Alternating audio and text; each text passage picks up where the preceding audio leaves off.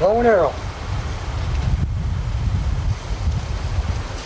The stick, string tied on both ends. Pull it back, shoot another stick. Quite a mystery. Looks real simple when you watch someone else do it. When you go to do it yourself, it's not nearly as simple. If you know the rules, it becomes simple. What we're going to do here is we're going to show you rules. And then we'll make a bow or two. Make them quickly to show you the principles behind it. Once you understand the principles of this, it's a piece of cake. Bows break. They'll continue to break. As long as you make bows, you're going to break a bow. But we're going to show you the rules so you won't break near as many. Simply put, you take a piece of wood, you tie a string at both ends, and bend it, and to an extent, it will throw an arrow. Almost any bow will cast an arrow. As we'll get into later, the arrow is more critical than the bow. But you can make bows that will, some will propel arrows faster and further than others. The idea is to find the combination of wood and technique to enable you to bend that piece of wood to its optimum distance before it breaks. If it breaks, you've bent it too far, you've done something wrong. So we're going to show you some rules and principles involved to allow you to go out, cut a tree, cut a limb, cure it or use it if it's already dead, and make yourself a bow, a stick to shoot arrows. We use a chalkboard here. We're going to illustrate a few points. First, let's show you a tree. Simple, huh? Tree growing in the woods.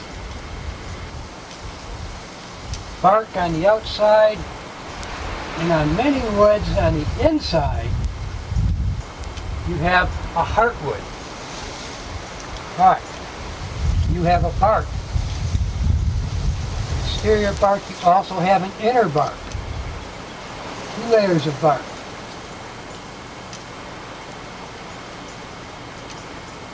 The inner bark is what grows a tree. This is a growth ring in the making. Water rises up from the tree through this inner bark. The outer bark keeps the water in the tree. Just below that is what we call sapwood. Sapwood is old inner bark. It's old tree limb, or growth rings. Every year a tree grows, it gets a new growth ring. Bark of a tree. Then you have sapwood, lighter color. Then we'll go into heartwood. On this tree, we have a thin layer of sapwood. Okay, let's grow another tree over here. Bark, sapwood, heartwood. Okay, what we have are 2 different types of trees. This particular type has a very narrow band of sapwood, outer wood, and it has a larger portion of heartwood on the inside. Illustrated here, this is a piece of Osage orange which has been cut. You have individual growth rings, many of them, but you have a very thin layer of white sapwood. Now on this type of wood, most people remove the white sapwood and utilize in its entirety the heartwood, the yellow, utilize that to make the bow. Here's a piece of hickory. a wider piece of sapwood. This is called, generally referred to as a whitewood. This is hickory, elm is one, ash is one. What we're using here to make our bow is the whitewood, the sapwood. We can refer back to that as we go along in our discussion. Let me erase. The tree has grains, not grains as in like grains of sand, but we have individual rings as the tree grows. Each one of those denotes 1 year of growth. As a tree is lengthwise, you have a grain that goes this way. If you split a piece of wood, you put a wedge in and split this, it will split across straight, hopefully, and half of that tree will fall away, split away, and you end up with a half of a log. You can split that again and end up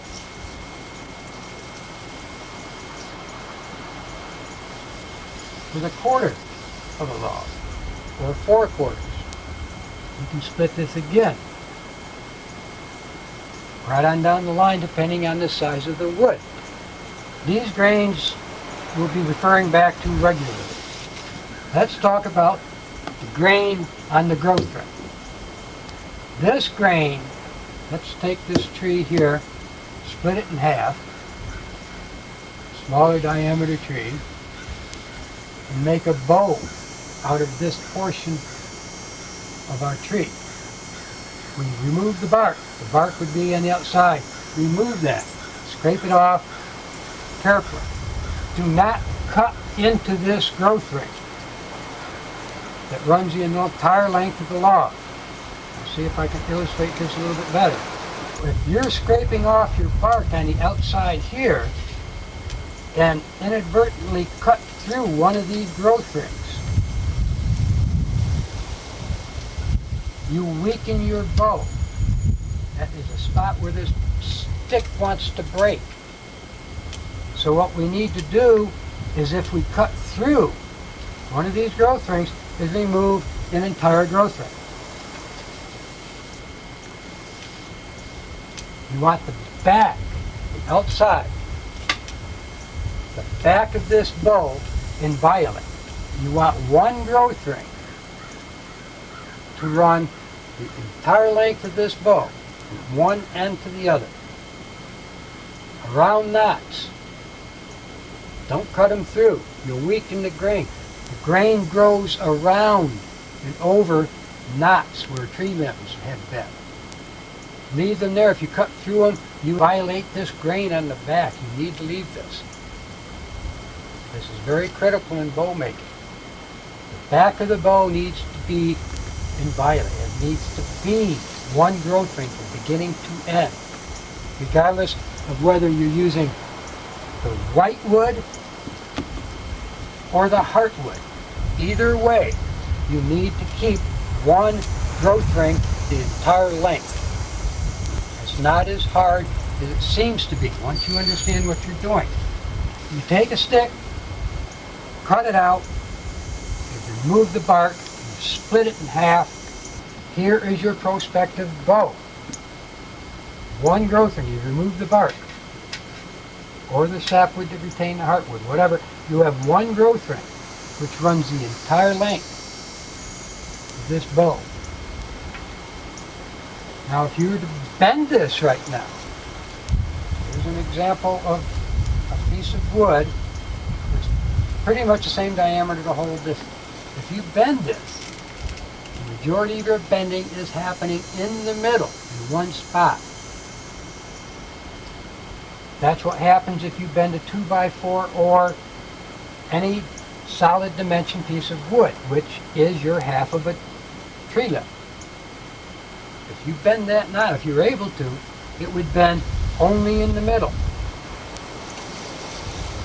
what we need to do is remove wood out towards the ends, approximately like that. Then, when you bend this, your stresses are equalized. It's thicker here in the center, and it tapers and gets thinner, less mass towards the tips. So that when you bend this, instead of bending in an arc like this severely in the middle, you will end up getting more of a gradual overall bend. If you want to keep a grip in the middle, you leave more material in the middle, eliminate bending there, have your bending be out here towards the ends.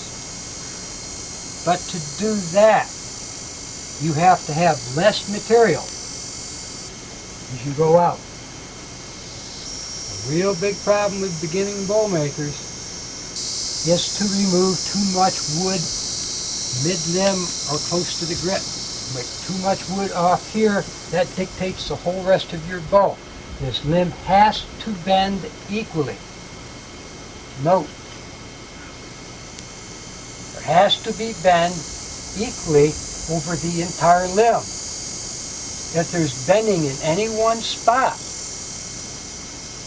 really severe, that is where the bow is the weakest. It's going to break. So you remove wood from the belly, underside, not the growth ring side. You remove wood every place except where it bends. You can't glue it back on, so you remove it from where. If you ended up making a bow that bent severely in one spot, like here, you would remove wood here and here, not in this point. No wood removal here. To make it bend more in here and in here. That's tillering. It's called tillering. Making the limbs bend equally.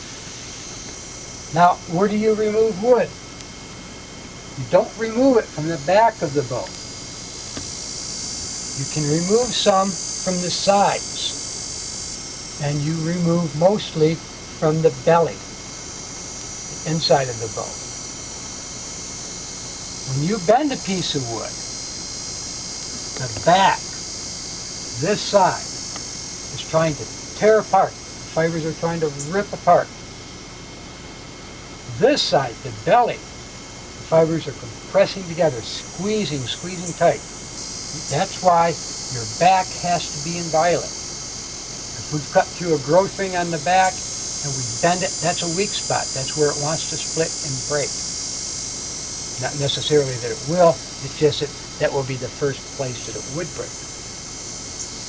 On the inside, the belly, you can violate growth rings because you're not tearing apart, you're pushing together.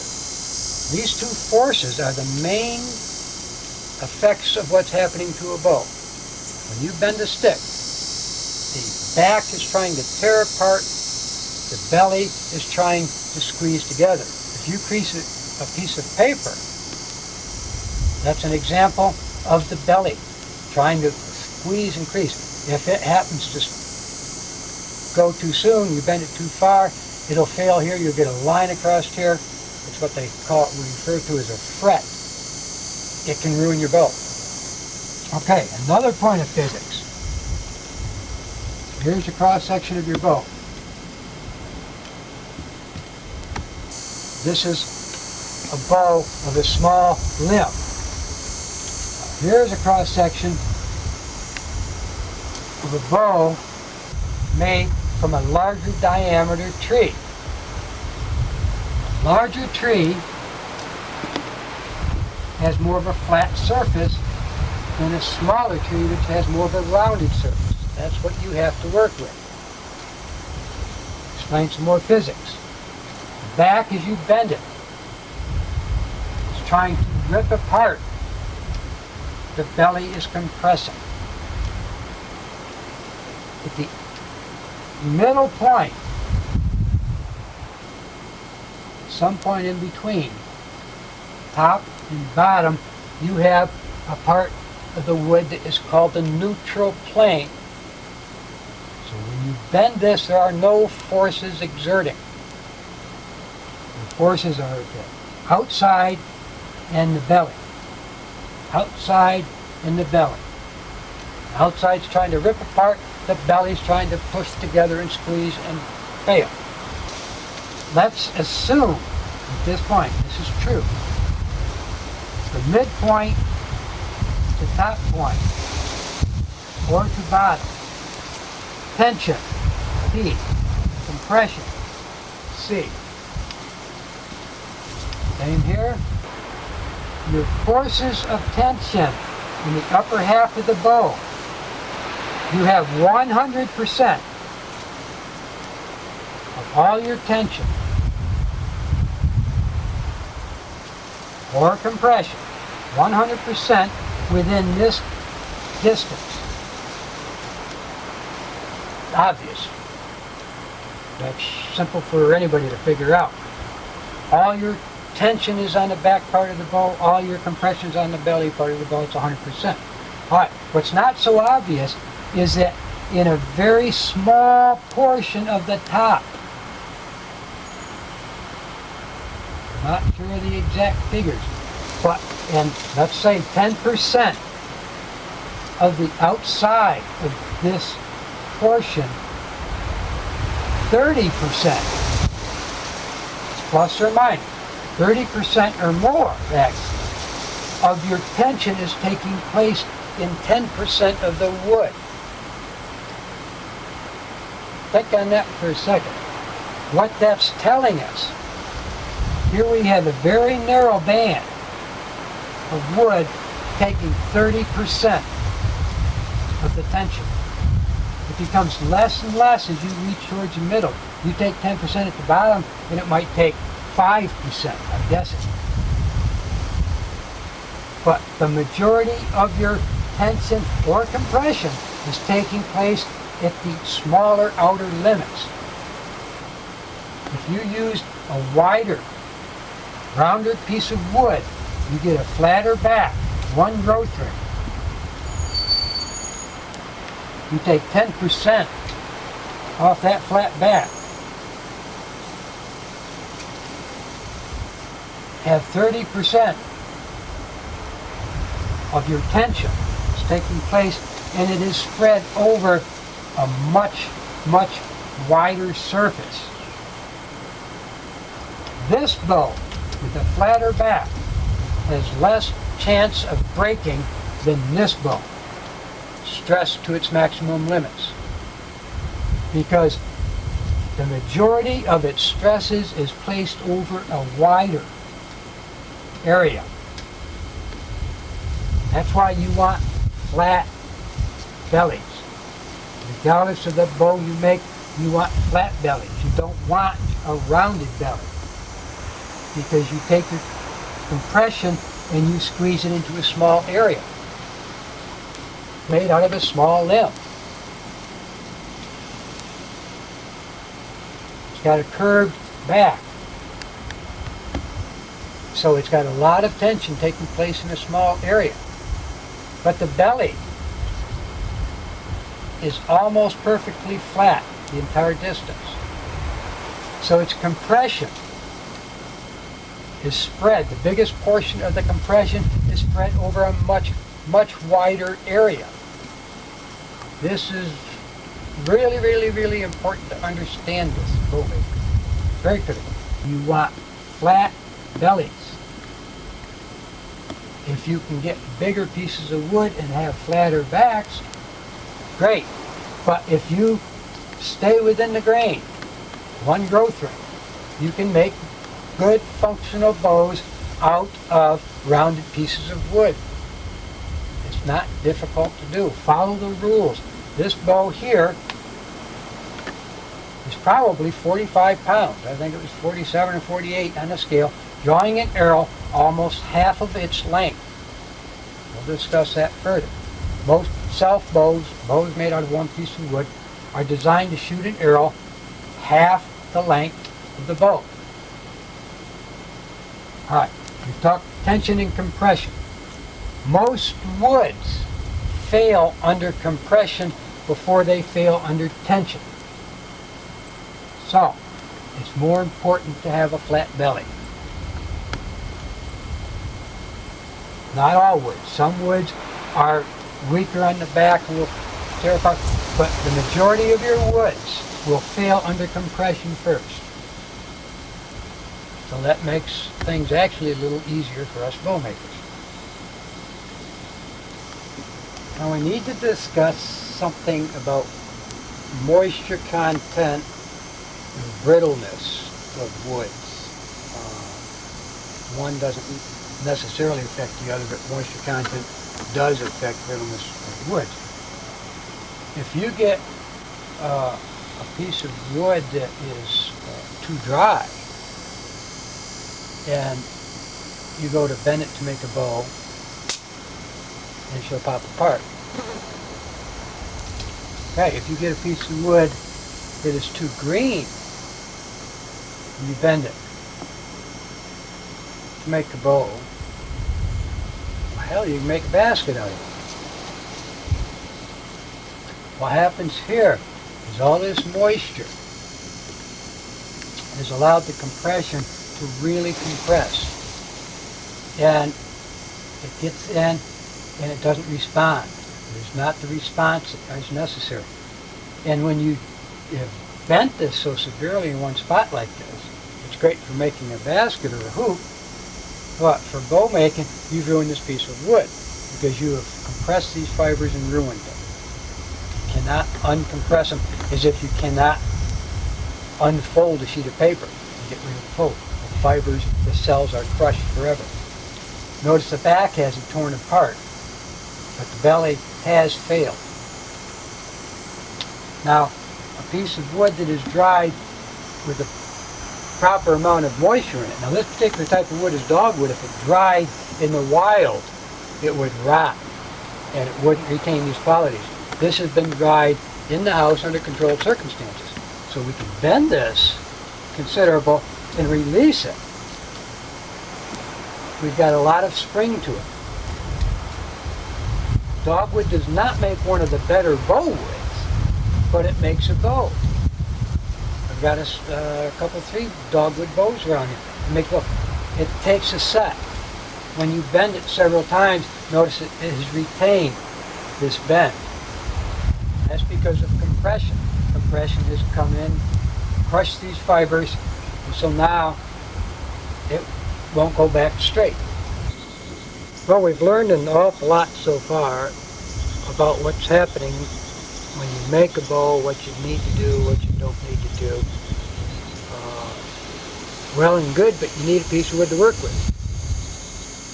So, we'll talk a little bit about bow sticks. Now, if you go out and you cut a piece of wood down, any time of the year it's got a certain amount of moisture in it. In the winter it has less moisture because the tree's not growing, it's dormant. The moisture in the tree stays in the outside part, underneath the bark. That's where their moisture is coming up and somewhat in the sapwood. If this moisture is allowed to escape too fast, what happens is it checks the end of the log, or splits it. Okay, so we need to stop this. In the winter it's not quite as critical as in the summer because there's not as much moisture to mess with. This piece of wood here is a piece of ash. It wasn't cut for a bow stave. It would make a nice bow, but it was cut for friends of ours we're going to send them to for pipe stem. And what we did is we sealed the end of this with Elmer's glue. It just sealed it tight. All the moisture is going to come out the ends. See, the bark is holding the moisture in. That's why a tree doesn't leak. You can make birch bark canoes because bark is waterproof. So we sealed the end. What that does is water can seep through. It can leave slowly at its own rate, and there's no cracks or checks at the end of this log. Now, we'll go to another log we cut just this morning. This was cut 4 hours ago. and it's already cracking. Very slightly, but it's already cracking because the moisture's leaving. Alright, another major cause of cracking or checking in wood is when the heartwood and the sapwood are left together in a stave or in a log. There's moisture in both. The heartwood is denser than the sapwood, so the moisture will leave at a different rate than it leaves the sapwood. Because of the different rates of drying, there's stress is created, and so cracks develop. Alright, so if you're going to work, we're going to split this log I just showed you. We're going to split that out here in a minute and show you. We will separate immediately the heart and the sapwood. Take the bark off. Work it down to our predetermined size, and it should dry with no problem. This piece here is a normal bow stave. This we bought from a fellow. It's been bandsawed instead of split. This side has been split. It is straight grain from one end to the other, and the bark has been removed. The darker coloring you see here is the very inner bark that's been left on the log. That little bit doesn't hurt anything. We have not cut through the grain, the outer growth ring.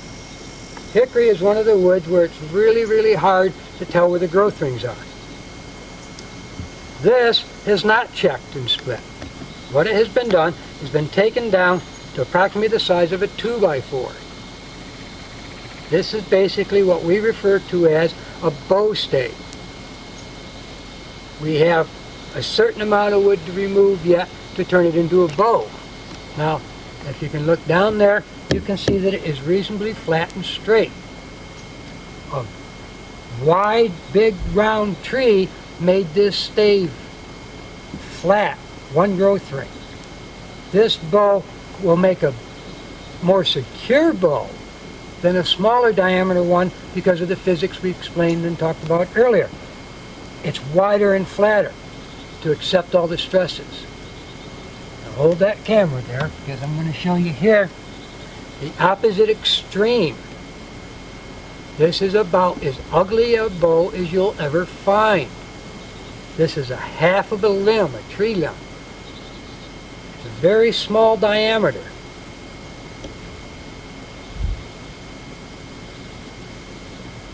As much as you see that bent when it is strung, it was bent that far the opposite direction when I cut it. It should have broken. It didn't break. Now this is the Osage orange we spoke of earlier. I took nothing off but the bark. I left the sapwood on. There are people that say you can't make a bow Osage orange and leave the sapwood on, that it splits and it breaks. I made this almost a year ago.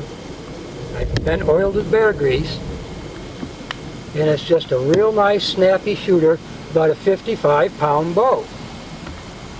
It's one of my favorites because it's so ugly it shouldn't work, but it's just a pretty dandy bow.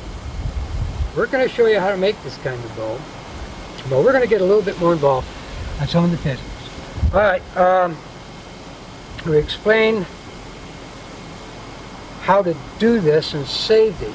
Now once this stave is reduced to this, if I go out in the woods and I collect a bunch of staves like the big one I just showed you, I'll split them down and get however many bow staves I can get like this. I will separate the heartwood from the sapwood. This is of hickory or ash, elm. On Osage, you keep the heartwood. But I take it to this size. Then I take a piece of string, I tie it around it, and I hang it outdoors in a covered shed. And I let it hang for 2 months. I'm going to say 2 to 3, but actually I've done it in like just over a month. Then I bring it in the house where it's drier. And it'll continue to dry at a faster rate, and in another 3 3 weeks at the outside, using no artificial means to dry it, I'm ready to make a bow. There are faster methods of drying wood. We're going to do that here real quick. So, let's take this large bow stave. Long. It's going to be bow stave. What I want to do is determine where my bow is in here. Well, there's more than one. One of the things, or some of the things I'm looking for. Let me take some of this out of the way here so you can see it better. Okay, I want it straight. And it is. Now, it could be curled slightly in one direction. I can work with it. In fact, it will benefit me if it is, because the finished bow will be bent backwards slightly. That is better physics, better for the bow. This doesn't have it, so I can split this any way I want to. So what I'm going to look for are bad spots in the wood.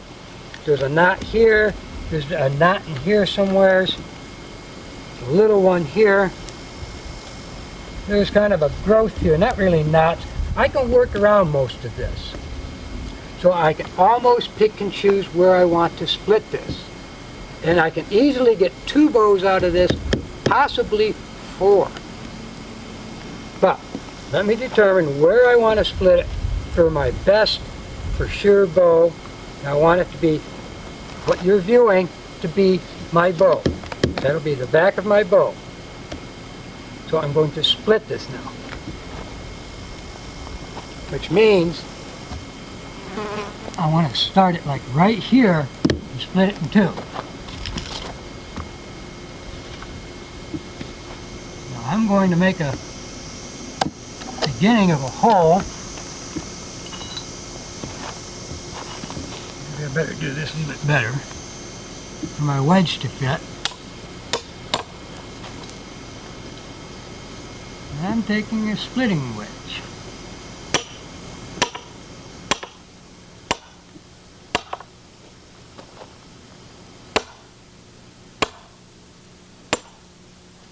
Oop, went off to one side. Let me correct that while I can. Alright. This can be done.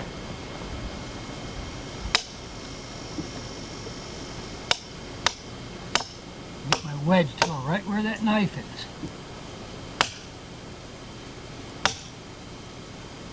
Could use a hatchet instead of my knife,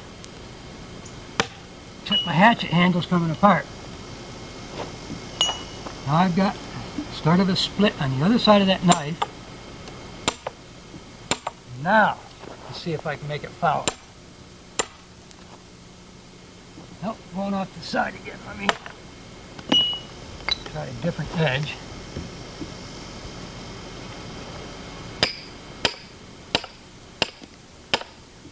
Now we're cooking.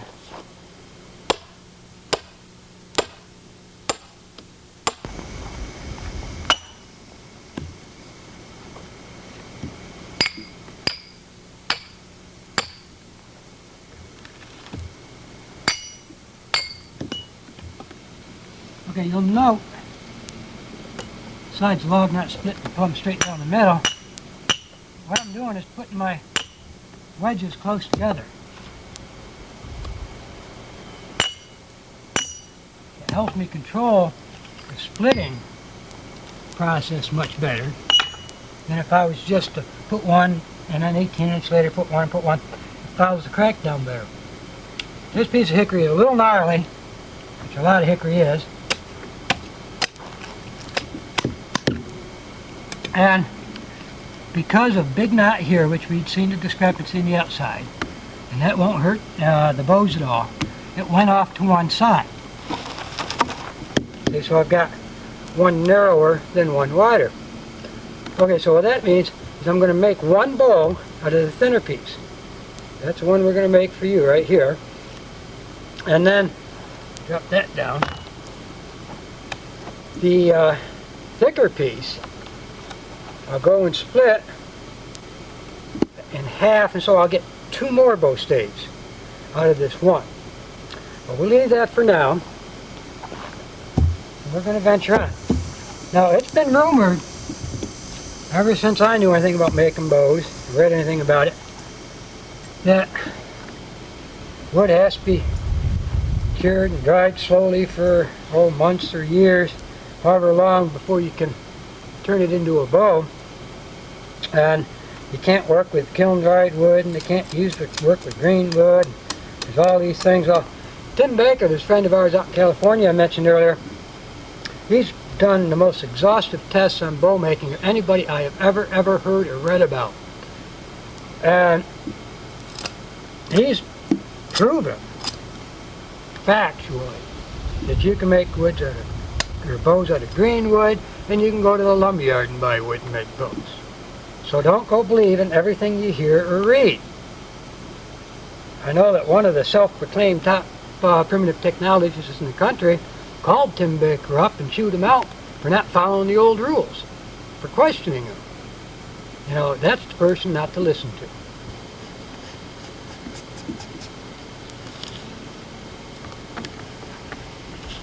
You can see the white at the bottom is the wood. That's what I do not want to cut through. I'm removing bark. You see the real difference between the outer and the inner bark. If you work at any places it seems to be a knot there, you want to work gently and pull the bark carefully around it instead of cutting through it.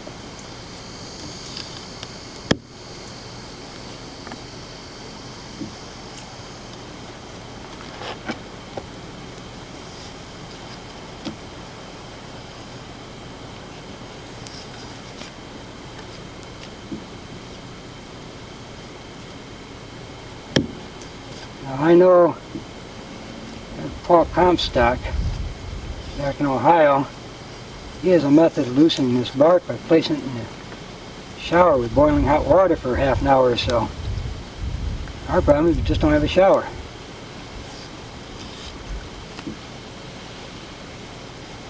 Okay, now we're beginning to see right here where I'm scraping, and that's how I'll end up finishing it. I'm getting into the white wood, the actual back of the trees. Right there is the wood, surrounded by the varying thicknesses of the bark that we're removing. Okay, looking at this secondarily, we had one spot here that made me shorten this bow. Right here my fingers at right now, that's a narrow V. It wouldn't have left enough meat on the finished bow for me to have been able to use that knot and run a straight line down. So what I did is I had to move that in a ways to clear. The red line is the center line of the bow. The blue line is what I'm going to remove to initially. That's my guideline. And then these blue lines here, the first one is the middle of the bow, and the other two is about where I'll put my grip. Now I just measure my grip, I put my hand over it, and I leave enough room for my hand and an arrow to rest on it. This is it. You'll see more of this as we go along towards the finer stages. So what I need to do now is remove material.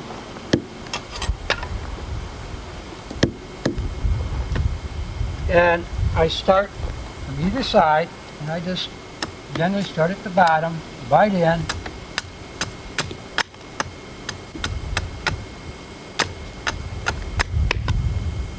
start removing.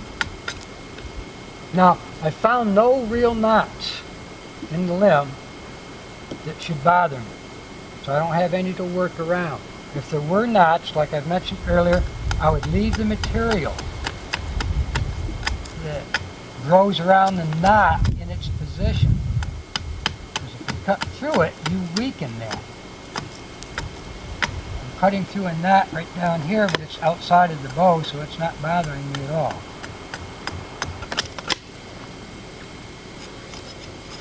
Okay, as we work down, say there's a longitudinal grain to this wood, and sometimes it waves, so I want to be kind of careful when I'm going like I am, removing, that it doesn't all of a sudden take a desire to go in to where my bow is at, where it's starting to, right down there now.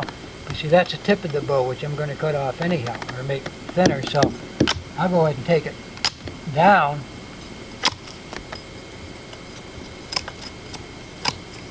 Which is why I like to have my lines slightly oversized when I start out my roughing stage. I haven't been working on this for 10 minutes since we turned it off last time.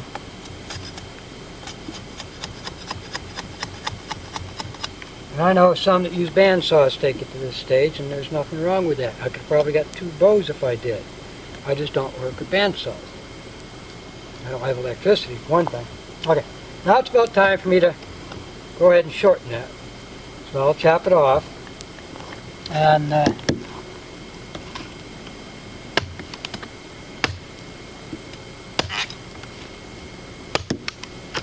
we'll look at some more aspects of what we're doing.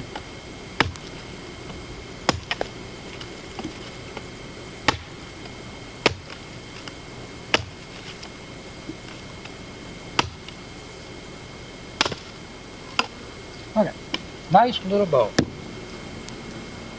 A little stout yet for spring. Okay, I've got a basic shape to it. I've got a straight line. It waves a little bit, but not enough to hurt. It's almost flat for the entire distance. The fact is, it is flat, pretty much. Very little distortion to it at all.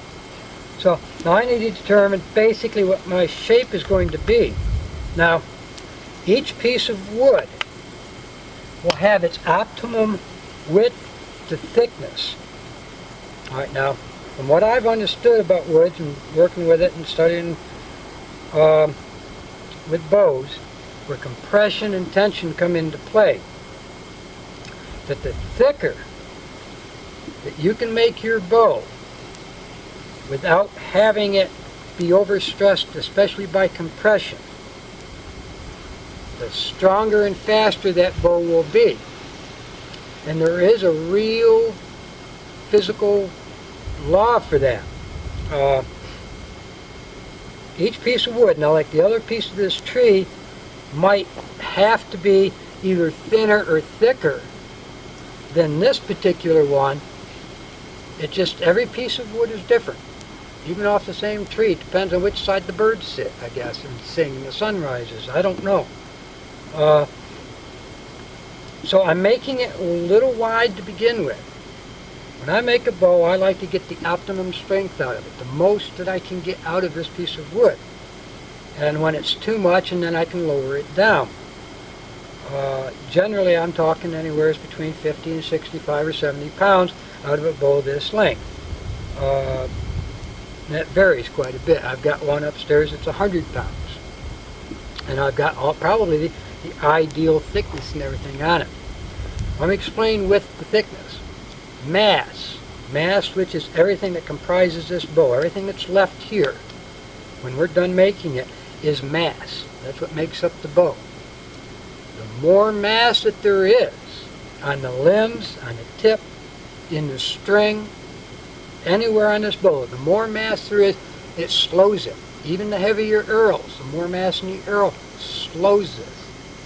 So the more wood that is in your finished product, the more mass, the slower your bow will be to respond. Okay, width to thickness. Some woods, hickory being one, need to be a little wider because compression needs to be spread out over a wider area to prevent it from causing the bow to stay bent. Every wood will compress a certain amount when you bend it, some more than others. Hickory is one of them more. Alright, so what we do to compromise for this is we make it wider. We spread that tension over a wider surface, and so it has less tendency to fail.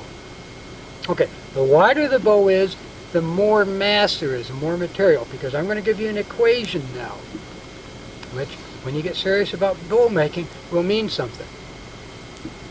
If you double the width of a bow, you'll double the strength. everything else being equal. If you double the thickness of a bow, you will increase the strength by 8 times. Okay, bear that in mind. That means a lot. So, the thinner, the narrower I can make the bow, and then it has to be a little bit thicker, not a lot thicker. So if I can take a piece of wood, this particular piece of hickory, and find its best tolerance, whatever it may be, whether it's an inch and a half, 3 inches, whatever it may be, I'll get its best performance. So the narrower I can make this bow, bend it to the degree I need to bend it to send my arrow on its way without it failing to compression. And then the more response I'm going to get from my bow, the faster it will send my arrow. Okay, bear that in mind down the road. I don't know, some of you might pick up on it now, but this, you'll probably have to have several bows under your belt before that means a lot to you. Right now you want to be able to shoot an arrow. This is what's determining right now what I'm doing. Also, reflex. My bow is bent backwards. This is the back of the bow. This is good. Before we're done, it's going to be bent back even further. Because after I bend this, shoot it, it's going to compress some fibers. It's going to take a set. It will bend towards me. So if I have it bent backwards to begin with, when it takes its set, and then the closer to straight it will be, the more energy I'll have stored in that string when I string the bow. Better go to work. Got heartwood here to remove. Now I've got my basic shape. What I'm going to do is I'll narrow it some towards the tips. Maybe a little bit I'll take out here in the grips, but that's not quite yet. First thing I'm going to do now is I'm going to start removing the wood from the belly side of the bow until I feel that I'm getting a little bit of give, a little bend. Then I'll go into my semi-final shaping.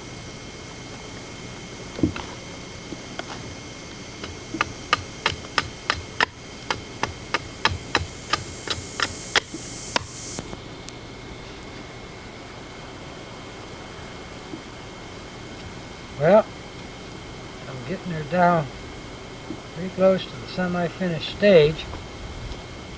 What I'm doing now is roughing in my grips, making those just a little bit narrower in the bow.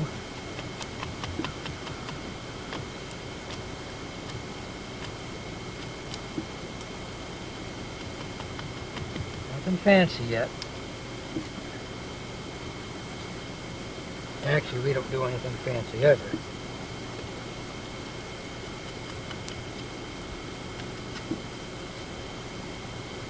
Alright. We've got a bow. Pretty well whittled out. It's green. Can't bend the green bow. We talked about that earlier. We'll ruin it. What I can do is I can bend it a little bit. This is how I tiller. I'm eyeballing it. Just putting enough pressure on this to see that my limbs are bending evenly. Now they're bending rather stiffly now. And it's green wood. Dry wood will bend harder.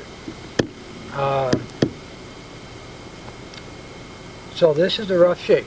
Now what we'll do is we're going to tie this down in a position so it can't move, and we're going to allow it to dry, and we'll allow a week or 10 days where we get pretty good humidity, even maybe longer. It doesn't take long once you get the bow to this size for it to lose its existing moisture. You want it down, anywhere from 9 to 12% moisture, whatever that means to anybody. I probably started out about 25 or 30. You get too much drier than that, it's too brittle and it'll break. You get too much wetter than 9 to 12, and then it's sloppy. It's just got too much moisture in it. So we're going to tie this in position, and we'll show you as we're doing it. And what we have was we have one tied down that we turned to this shape a week or so ago, and we're going to finish that out.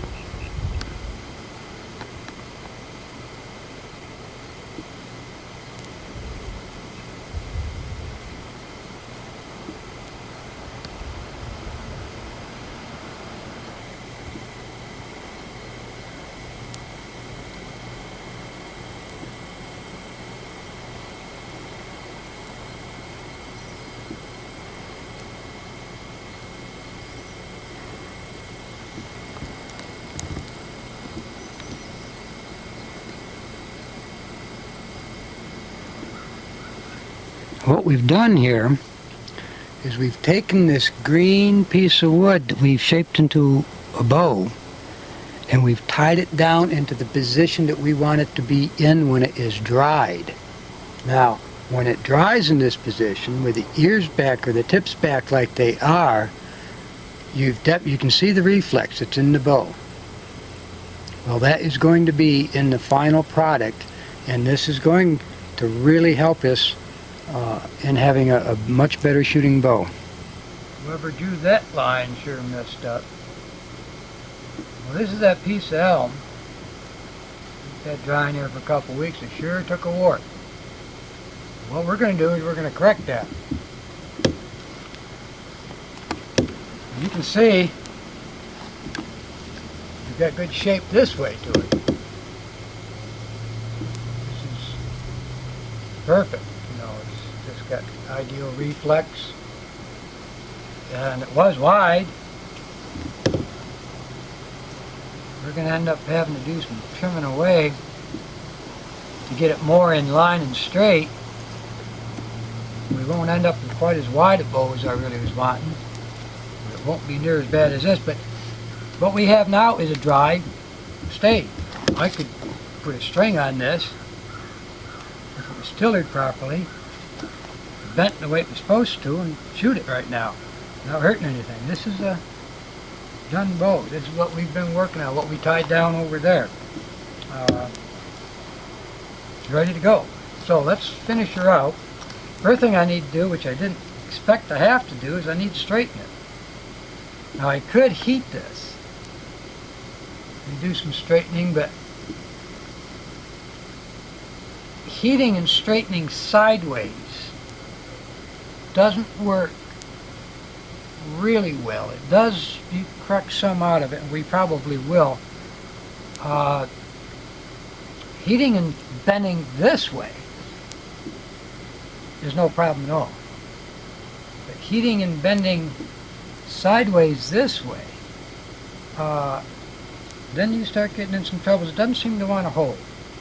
So what we'll do is we'll straighten her out as much as we can by removing materials from the sides where there's too much, without making the bow too weak, and then I'll correct it by heating it and straightening it. Now, the tips won't have bending. These won't bend very much, if at all. Otherwise, you just get a real whip bend to the bow. And I have to put a grip in yet. I haven't done that. Don't even know where the middle's at. It's got to be around in here someplace. And we'll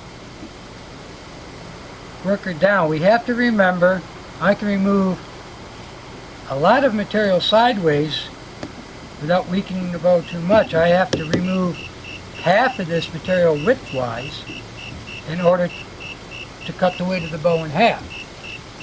But when it comes to thickness, I've got to be a little cautious removing material now, because a little bit removed removes a lot of strength off the bow. So I'll start out eyeballing, trying to straighten it. And I'm going to work slowly to this knife, and you'll see that I'll end up doing a lot of work with a rasp. It's an old horseshoe rasp. And when I get down to more final work and clean work, end up using that. You got a rough side. We'll go to the finer side, and we'll end up doing our final work by scraping. But we're a little ways from that yet, so bear with us.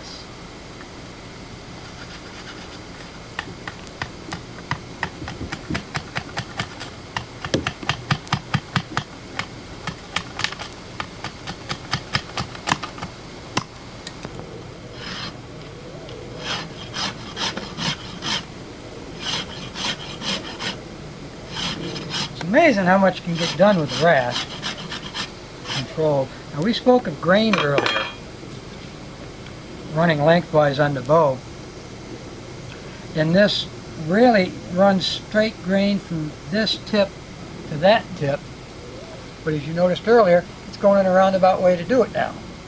It wasn't that way when I tied it down. It kind of got away from it. I'm doing a pretty good job of correcting it. I brought it in here, I brought it in here. These are the two sides that we're warping out. And I may even bring them a little bit more yet. Now this is good because I want narrow tips. Because more weight here on the tip of the bow, the more mass or more weight will slow the action down more so than the weight here in the mid-lip. Out here is moving further and faster. So I want this. And fortunately, I've got enough thickness here. Remember, 8 times the strength. So that I can go ahead and I can make this pretty darn thin. As long as I'm able to keep pretty good thickness here in mid-limb, I think I'll be alright. Now, elm has a tendency to fail under compression similar to hickory. I understand. This is my first attempt at an elm bow. I've read some on it. But now, as I look down it, I have a lot to remove along this edge, right in here. Well, my grip will be here in the center. I'll take care of some. And then I'll have to bring it in and eyeball it. But I'm going to end up pretty close to straight. Now, I talked about this longitudinal grain, and it needs to run pretty much straight. It can run out in spots a little bit. That doesn't hurt, as long as the whole bow doesn't cross. If that crosses out, there's a real weak spot, it'll break. But one thing you need to be careful, especially when you're working with a knife on this longitudinal grain, is if you're chopping down this way, and that grain is going into the wood, into the bow, you're going to be right in the middle of your bow before you know it, and you've got a problem. I want you to note that we're getting thinning down on the tillering side here a bit, but what I want to point out is we corrected a lot of the curvature that was in the bow.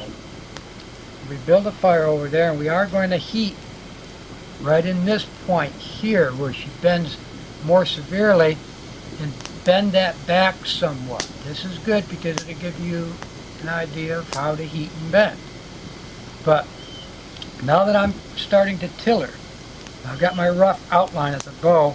Now I'm starting to tiller. What I'm doing is for my grip area to be pretty much immovable for this long of a bow. On short bows I like movement in the grip, but on this long a bow, no. Now here, on either side of the grip where my hands are at, will be the thickest spot of the bow besides the grip. The limbs will be not necessarily wider, which they will be wider, but they will be thicker. So what I'm doing is I'm going and I'm removing material up. Now most people, most students, most first-time bowers make their mistake by going too deep in this area and one side or the other, and that dictates the whole bow. Once you get thin here, it's got to be thinner here. So if you make it thin here, then you have to proportionately thin it towards the ends to keep the limbs bending, and you end up with a lighter weight bow. So what I'm doing with what we have here is I'm taking it down to whatever thickness I have after I get through any depressions that I might have, any dig outs. And then I'll follow and thin all the way out until I reach close to the tips, and then I'll let that remain semi-stiff. I don't want that to actually bend too much.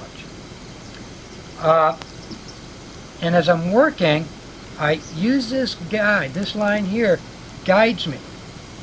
That shows me how thick I'm starting, so I want it thinner as I go. I don't want it thinner here than here. Okay, I'll be trimming off and removing material. Now, by following that line, which follows the back of the bow, that will mean, since my bow line may be wavy, the belly line will also be wavy. That doesn't make any difference. If I made that completely flat from one end to the other, it's going to be thick in spots, thin in others, and you won't be able to tiller it. Pretty simple.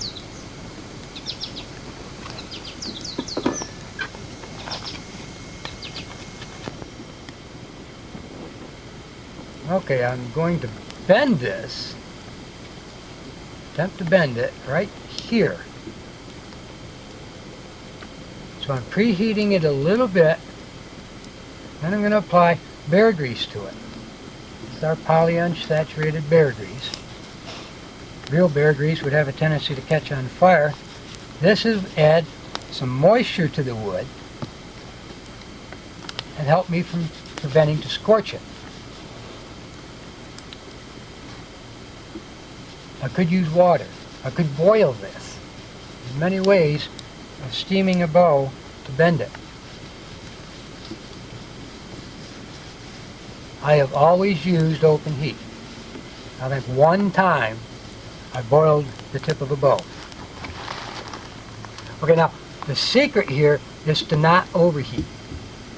If you get it real hot, drive out too much of the natural moisture, the wood will become too brittle.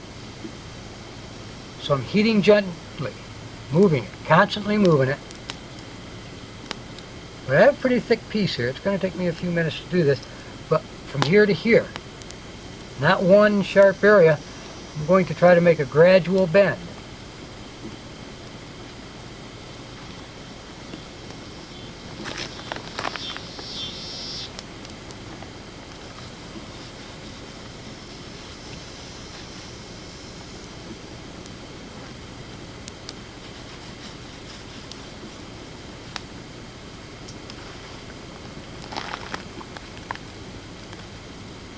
If I see it begin to scorch, and then I know I'm starting to get in trouble. So far I haven't. I've never ever ruined a bow by doing this. You just have to be cautious and go easy and slow. Have some patience. And I'm pretty short on patience.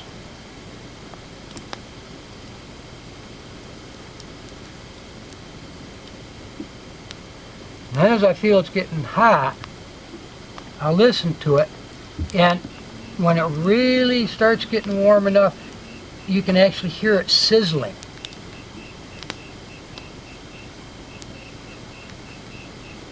It'll probably take me a couple times through to do this. It's sizzling now. I can hear it sizzle. You can't hear it. Alright, now I'm going to walk over. Now this is my third chip over here. The second chip took out considerable. I'm holding this over a little while. You don't have to really hold it for a long time. Now, you can see I've really improved it a lot. Not anything really magical. And it really wouldn't hurt me to do one more bend, like possibly right in here, if I wanted perfection. We've reached a point with our rasping now where our tillering is starting to get pretty close. The bow's bending pretty good, and the limb's bending pretty much overall where we need it, from the grip out, wherever can find the grip. I see that right up in here there's very little bending. So what I'll do now is I'll take my big old Greedo chopping knife and I'll do some scraping.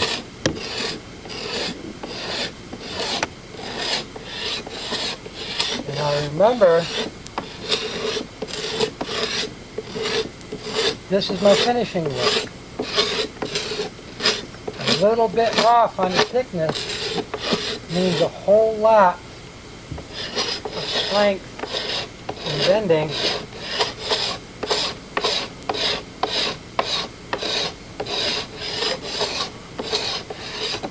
So what I do is I take a little bit, and I'm striving to keep this belly flat for reasons which we've already explained.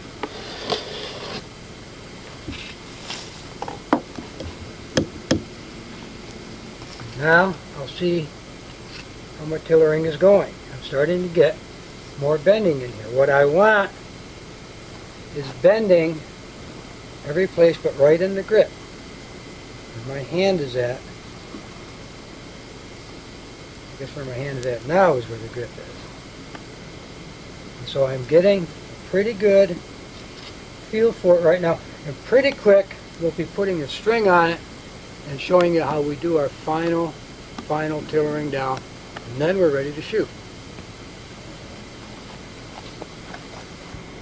And we cut notches in both ends, and there's really no secret to it.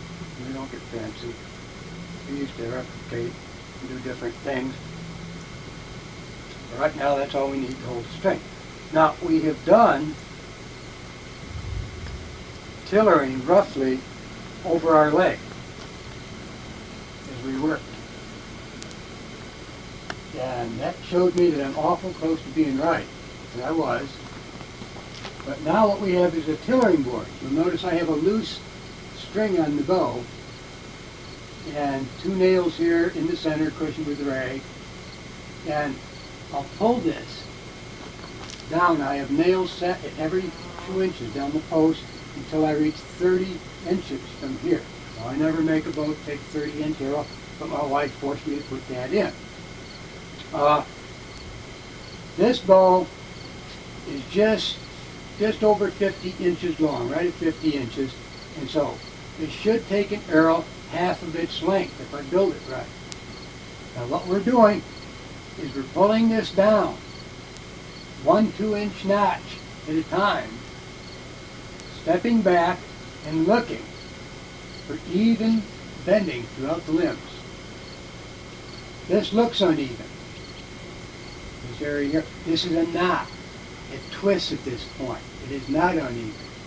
I watch it carefully as I'm working, and there is working, bending in this. So, what I do is I work on this loose string, I'll pull it another 2 inches. I'll study it, and then I'll spring the bow. Pull it back and forth and watch. Where is it bending? More importantly, where is it not bending? If it's bending too much in one area and not in another, I'll remove wood from where it is not bending.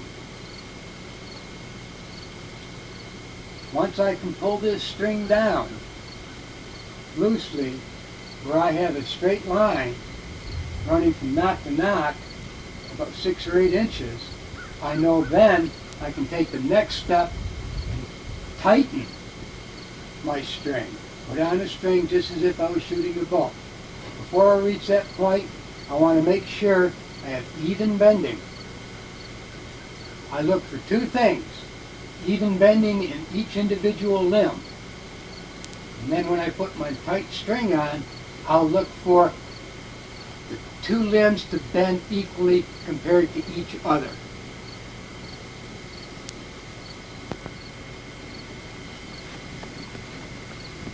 Okay, now what we've done is we've tightened our string up. We've strung our bow. Nope, she bends equally throughout. Now it's about the same distance between the string and the bow throughout the limb. There's going to be some discrepancies, especially like in this area where there's a twist or a warp, where there's been a knot. Okay, now what I do is I start pulling this bow further. Now I know where my nails are at that I'm bringing the string to. They're 2-inch increments. So I'm at 12 inches here now, and then I'll look at this. I'll study it. I'll stand back, pull it some more. it looks good, and then I'll go another 2 inches. Each time, studying carefully. You do need to be, make sure that the point of contact on the nail to the notch is equal on both sides. That helps you to see better. And the bow is in the center at the top. So I'll study, look, bend, pull it down another 2 inches. Look at it. Never pull it further if you see a spot that needs work. Let's say we saw a spot at one limb over here.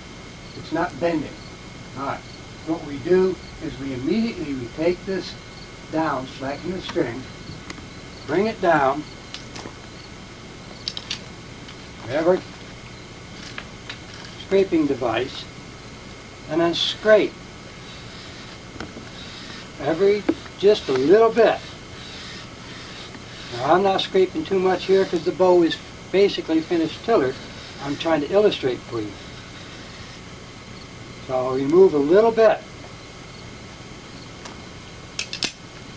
Work the bow in that spot to reset those fibers, because what we've done is we've removed the compressed fibers at the extreme outside. So we need now to recompress. So I'll bend it over my knee. I'll bend it by drawing it.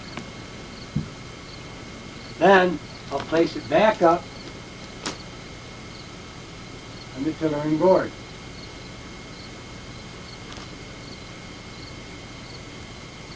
Hold it. Settle those fibers in. And bring it to the nail. And then I'll look. Is it bending there? Okay, it is now.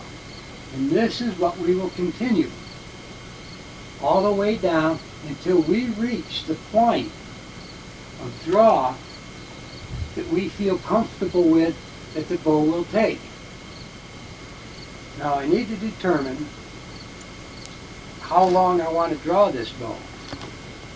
Use a tape measure, which I do normally. But what I'm going to do is use an arrow, one of my longer arrows. I'm going to measure to the center of the bow. All right, well that comes to this point on the arrow. I'm going to measure down. All right, that brings me up 3 nails from the bottom. 30, 28, 26.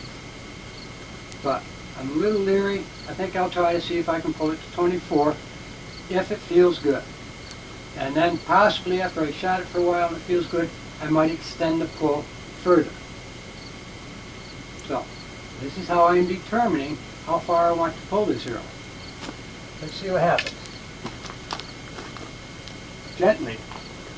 Study the bow. How does it feel? Is it going to break on me? Set it on one nail. Look at it. Again, take her down. One more nail. Study it. How is it bending? We're not working with factory material, so everything's not going to be perfect. We have to study each individual piece, what we're working with. There's the big test right there. It's almost 2 to 1. It's within a half an inch of 2 to 1 draw. It takes that. I'm comfortable with it. Still got spring in it. Now, one thing I'm going to do while I'm here is I'll test and see how strong this bow is. I have a spring scale here.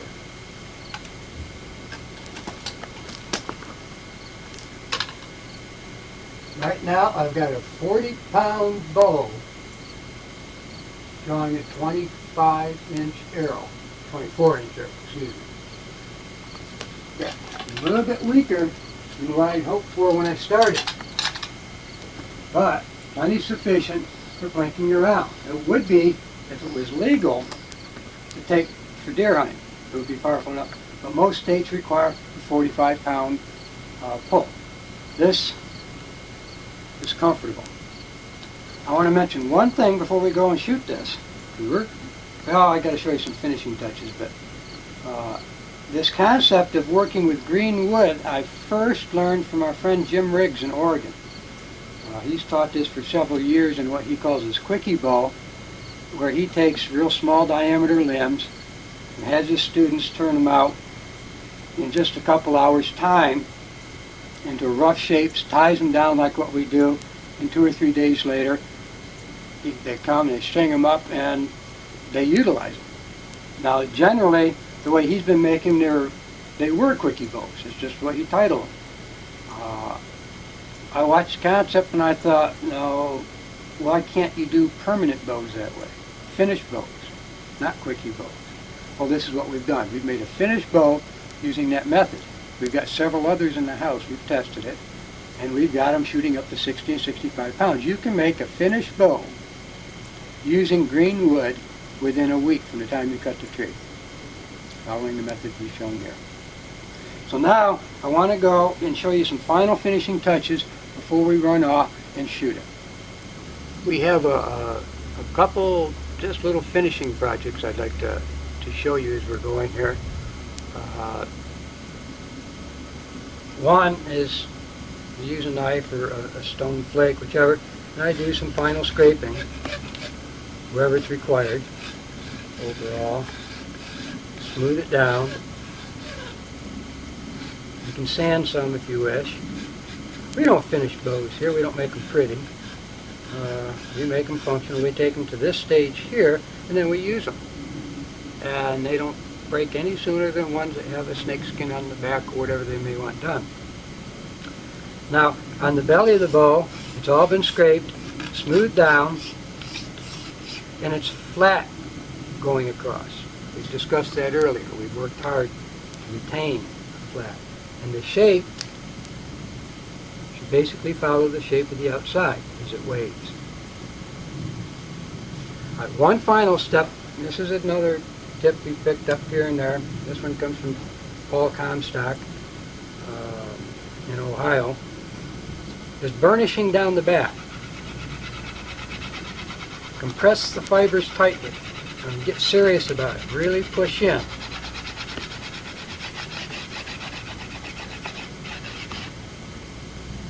We haven't violated the grains on the back. According to Paul, who has currently run some tests on it, you can pretty well guarantee yourself an inch or two extra draw without tearing the fibers apart by really compressing them down. So I do it. It kind of really polishes the back up. Note this knot here. The only knot of importance on this bow.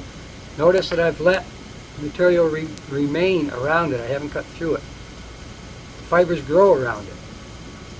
If I were to cut through that, I'd weaken it, and that would be a weak spot, a good site for it to break. There's a smaller one up towards the tip, and it's in the center of the bow. Again, it's got a raised knob on top. We just leave it as it is. Strings, nothing important on strings. We'll discuss those. It's been discussed in cordage, tape on cordage. And we use mostly natural fiber strings. Sinew is a common one.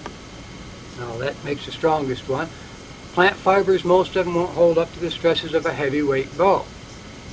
Now for general shooting and testing and stuff, we use what we have here, which is just a linen thread, which we buy by the spoolful or have given to us by the spoolful. And then it's in strands, and then we make this 6 or 8 strands thick, whatever it is, and cord it down to make our bowstring. I have a bowline knot tied at one end. I don't know if you're familiar with the bowline. The book will show you. It creates a loop which does not slip, and that will slide just over your nock. The other end of the bow, I just bring around once my line underneath to take up my tension when I'm pulling it, and then as I get it tight to the strength I need, and then I wrap it again, and then I double half hitch, just like I'm tying a knot in my shoe. This is how I do all my bows. Nothing really special about tying knots. Now I want to mention, before we go and shoot this, what we've shown you here using green wood The same methods are applicable if you use a cured out bow stave. It's just a cured stave requires more effort in drying them. Well, maybe you can buy your staves instead of drying them or cutting them green, whatever. But if you have a dry stave to work with, the rules are the same. And if you have to do some heating and bending to straighten, you've been shown an example of that. I think now we should just string our bow up and pick up an arrow and let's go see what it does.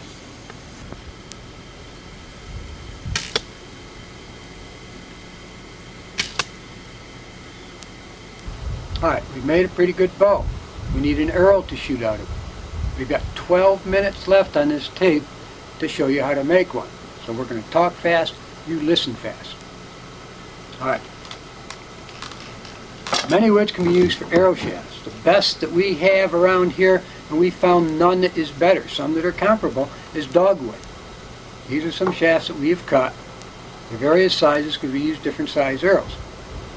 One of the qualities you look for when you're cutting a shaft is basically straight. None are ever completely straight, but you try to stay away from sudden kinks, real bad kinks. These we can straighten. Once you decide which shaft, well, first off, you have to cure them.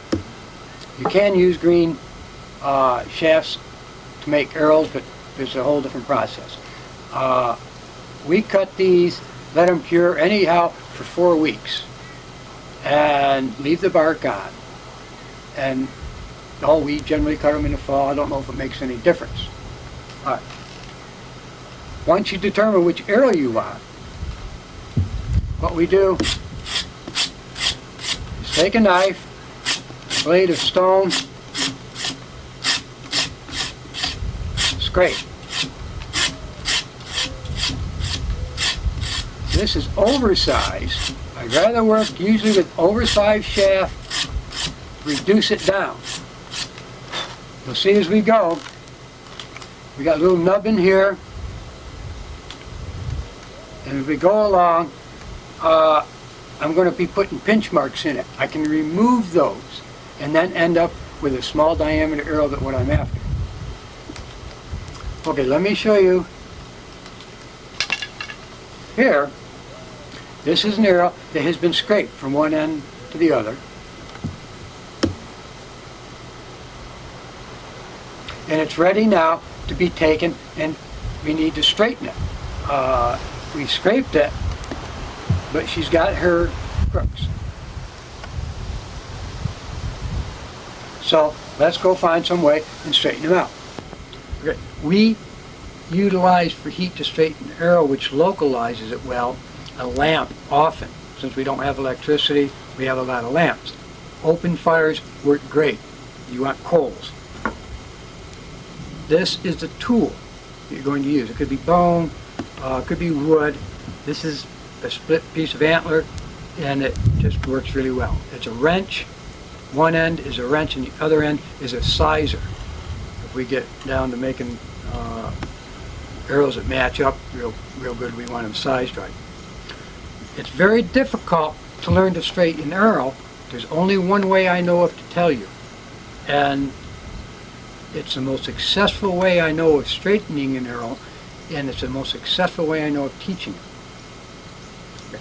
First, you have nodes, as I had mentioned, and you're going to have to straighten anyhow at each node. It'll be bent, but it will also be bent at one or two places between nodes. So let me get back here where I can look down at the same time you can. Okay, right here needs straightening. It doesn't take a lot of heat to loosen the fibers. I do not use grease on my arrows anymore. I used to. Figure out which way I've got to bend it. Take my wrench and bend.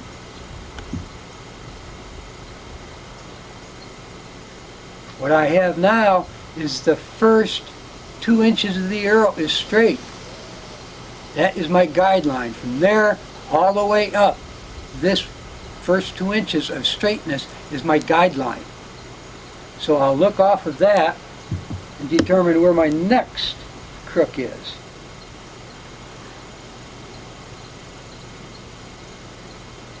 It's going to be just behind the node, right there. So we'll heat at that point.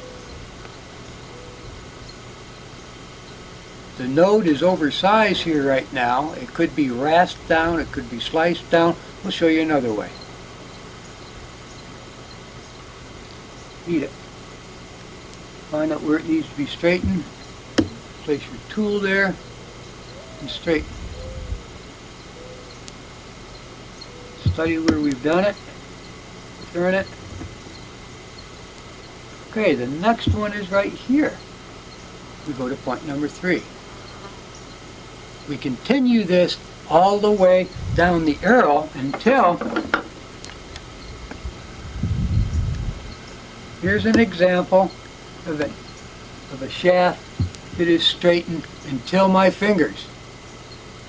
Watch how I rotate the arrow. The shaft to that point is straight. At that point it goes off.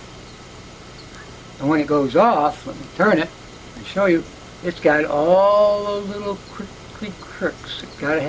We have to get them out.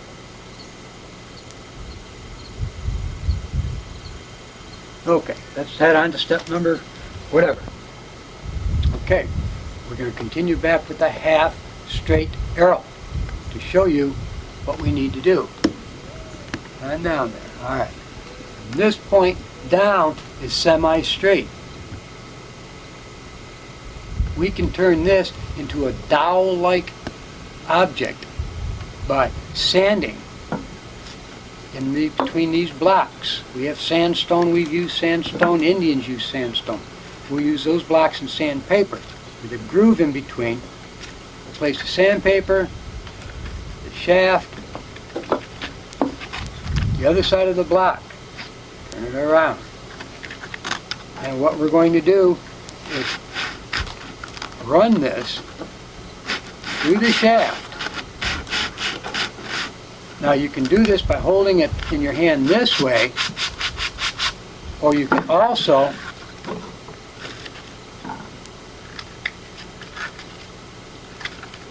place just a half of a block on top of your shaft and rotate it as you sand.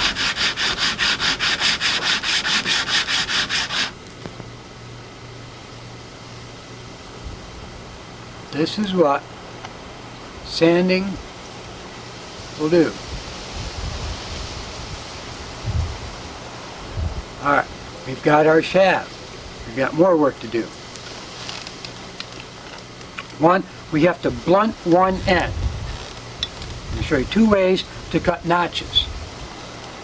One is I go around, all the way around the shaft, score it, like so.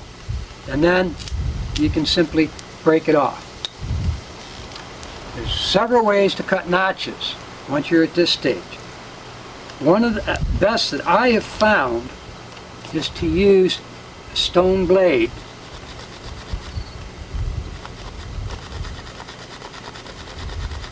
and saw. You can of course use a saw, you can use a pocket knife, but this gives me what I'm looking for, which is that. A round notch to hold the string. Now also, you can put this notch in the way I'm going to illustrate here at the other end of the arrow. Notice I've cut a pair of notches,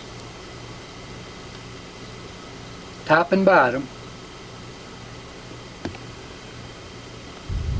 and I've cut another pair of notches down from it, almost a ½ inch.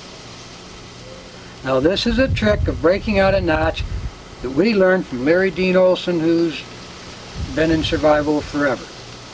Okay. The red that I've illustrated in is what I am going to break out. That's the hole or the notch I'm going to leave behind. By having cut those notches in, if I apply my pressures just right, I can split that down. The second notch, the one on your right, that notch is to stop my split. Once I have that, then with slight pressure one direction, slight pressure the next direction, back again,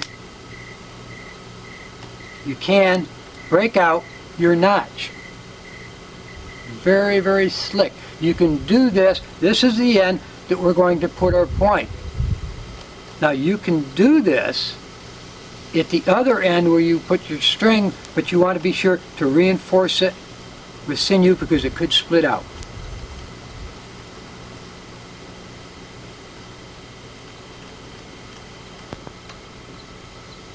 Alright, here we've broken the notch out previously. You note we sized the notch for the point. You can predict that. You can predict whatever it is you want to do with it. Now that's what we're going to do at this point. We're going to attach our arrowhead. First thing I want to do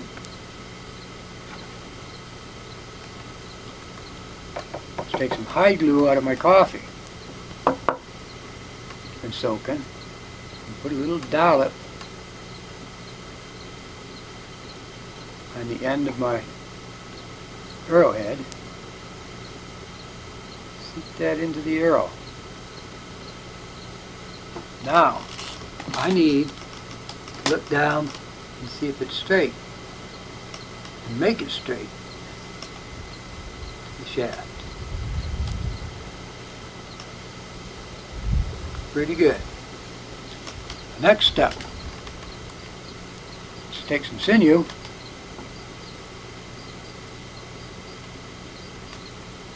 Tendon.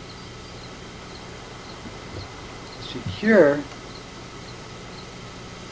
the arrowhead. Easy to go behind the point a couple of lashes, up around the point. I'm not applying a lot of pressure right now because it can pull my point off where it's at. Sinew will dry, or shrink as it dries. Obviously it'll dry. I'll go down below it. Maybe back, up, and down. And now I'm going to rotate up the shaft. This is helping to prevent the shaft from splitting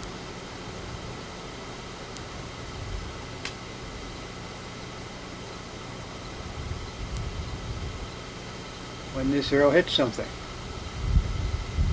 Alright. Now, sinew will generally lay by itself because of its inherent glue properties. I also like to put a little dollop of hide glue over the whole thing. Now let's double check. See that my point stayed straight. It did. Okay. Now, let's go to feathers. We need to put something on the other end of the arrow. There's a tail feather on the right and a wing feather on the left. We're going to use, and you can use either. We generally use the wing feathers because they are a little bit more straight than the wing feather. So, the way I prepare, move all my junk around here. My feather.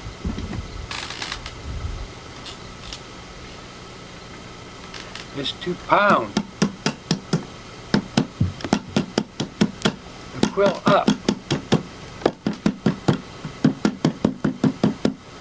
One end to the other.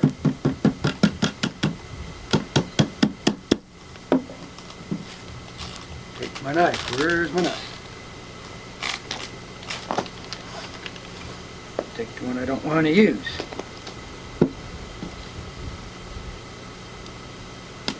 put it between the quill, and then almost drive the knife into your platform, your table, your box. And then you have a tendency, after you're pounding, to pull it most of the way, if not all of the way, up the vein of the feather.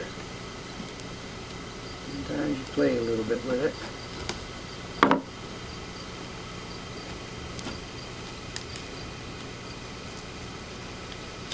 And we end with 2 halves of the feather. We'll use 1. Okay. Now, what we need to do with this is figure out how long we want our feathers to be.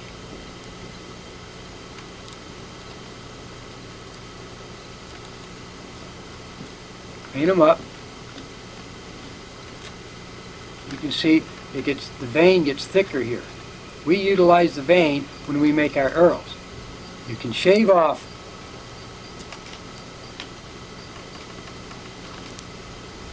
parts of this.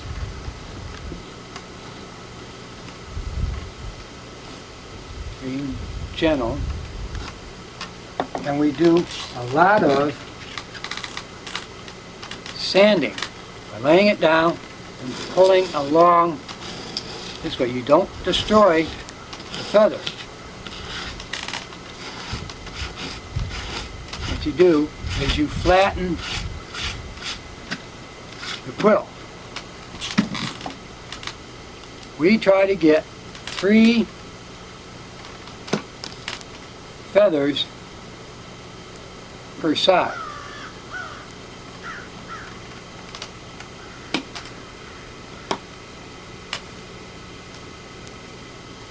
So I use 1 as a pattern.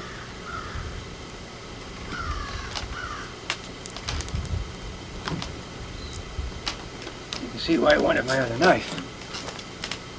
Okay, let's take 1 of these. We'll prepare it.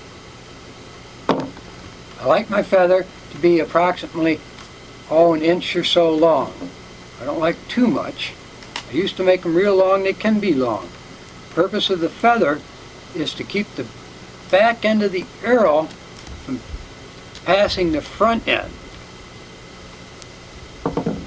Set that there just a second.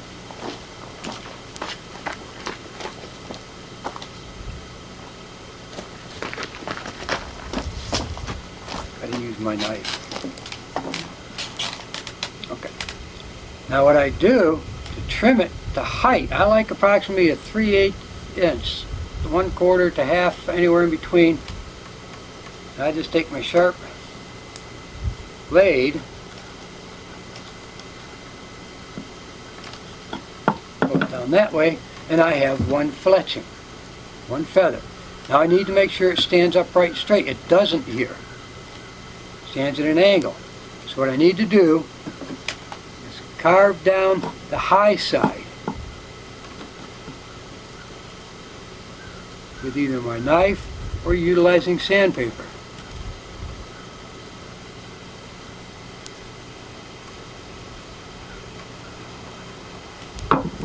And what you want is that feather to set up straight. I'll show you one in a moment.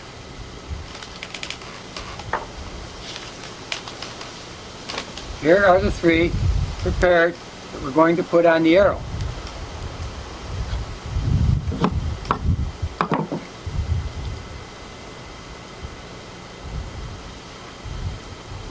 All from the same side of 1 feather.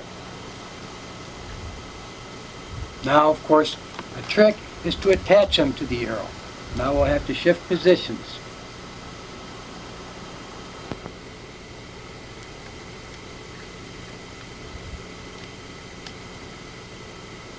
Put these veins on.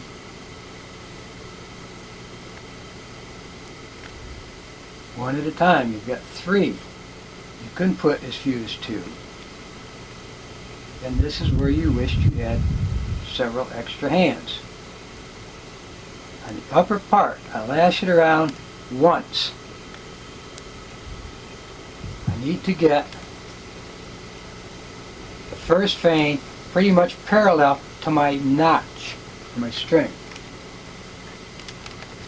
The second vein will be off at an angle about like so. And now getting my third one in. Talk about all thumbs.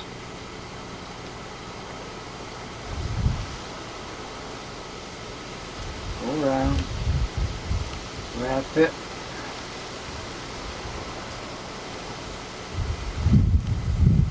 This really is not as bad to do as what it appears if you've done several. It's tough to do when I'm trying to show you on camera. At the same time I'm trying to look and see what I'm doing. It's pretty close. Now I'm going to wrap this with my sinew thread.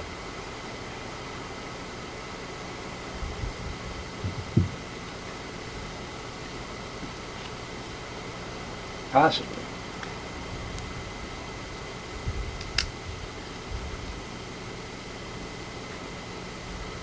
You have to get underneath feathers that are coming up.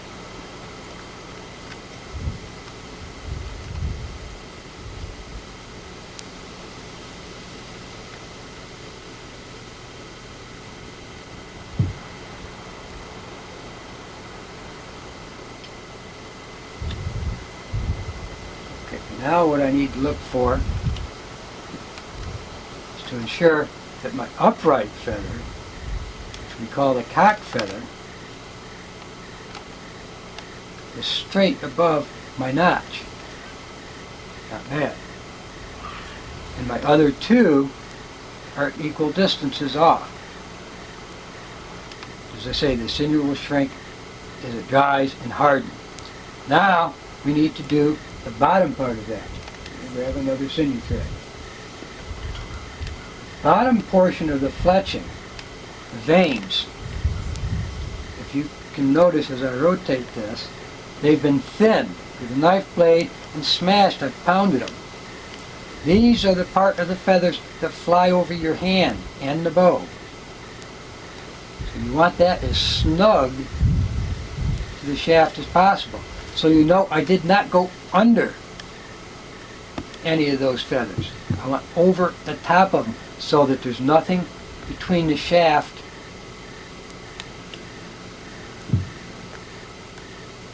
and me. I'm trying to use my thumbnail to push these to what looks like straight.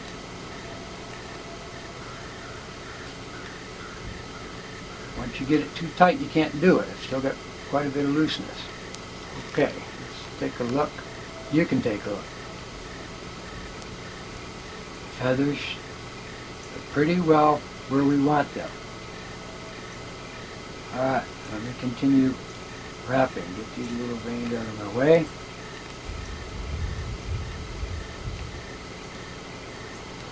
Now I'm wrapping carefully here. I want a smooth transition at this point because this is where the arrow leaves the bow, brushing against your hand and the side of the bow. If you have any great big bumps here, it's going to catch. You want this smooth as you can get it. Finish it off. Put a dab of hide glue there. Run it around. Put a dab of hide glue up above. Wrap it around. And the fletching is done. Fletching is completed.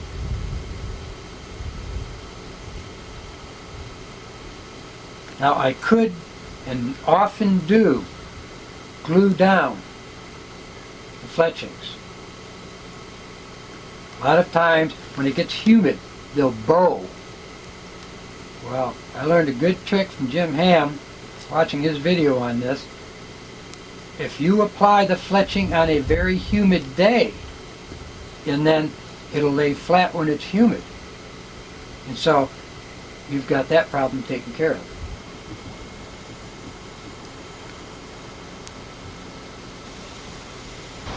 I want to take a moment right here to thank,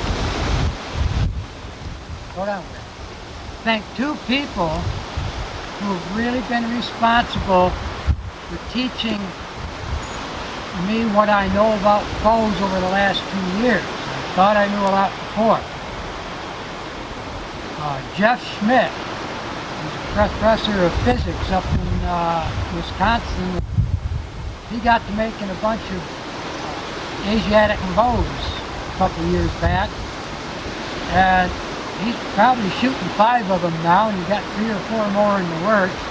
And he's really taught me a whole lot of physics on the part of making bows. And Tim Baker of Oakland, California, has been the other biggest influence as far as teaching Barry and I what we're doing with bows. The man's just magic with bows. Okay, we're going to make a quick bow. This is just simply a limb, bottom limb off a live cedar tree, but the limb itself was dead. It had no greenery on it whatsoever. You don't want to use green wood. It responds too slow. We just discussed that. You want to use dry wood. This isn't so dry, it's rotted. You bend it, it's got spring back. Now, what do they say? Bend it the opposite. So when I would be looking at this bow, or this stick to make a bow, I would think about from here down to here, probably about as much as you can see in the camera, is what I would like to use to make a bow. Now to get it to bend equally, I probably remove a little bit right in here, but an awful lot here at the thicker end. Let's see what I've done. Haha! Almost identical piece of wood. It was bent the opposite way when I started.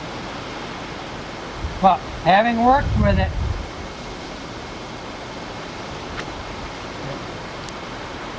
and pillared it, I've got it to come back almost to a straight. If I had made this bow following a natural bend otherwise, it would now be bent. All I've done is remove a considerable portion of wood from the thicker end of the stick. I've thinned it considerably so it's thinner here than it is here. This limb didn't taper quite as much as I'd like it to, so I thinned a little bit here. So it also bends a bit more. So it is thinner here than it is here. What we're looking for in a bow. It took me 10 minutes or less to make this. Tim makes finished bows in 9. Another concept I learned from Tim Baker is take several small sticks and put them together. Large end, small end, and then one that's pretty much even diameter for the full distance. Let me turn these around so that we're getting pretty equal over the whole length. She thins as she goes out. Bend them backwards, tie them together, lash them together with a piece of string, bend them backwards, and we would have a bow. I did make a bow like this. There's 4 pieces of wood in here. 2 that go the whole length, 1 that goes about 3/4 of the length, and then a shorter piece towards the grip. And when I bend this, I have pretty evenly bent. Now the proof is in the pudding. So, let's go over and shoot a couple arrows and see what this does. Okay, a little lightweight bow maybe. Go rabbit hunting with it anytime.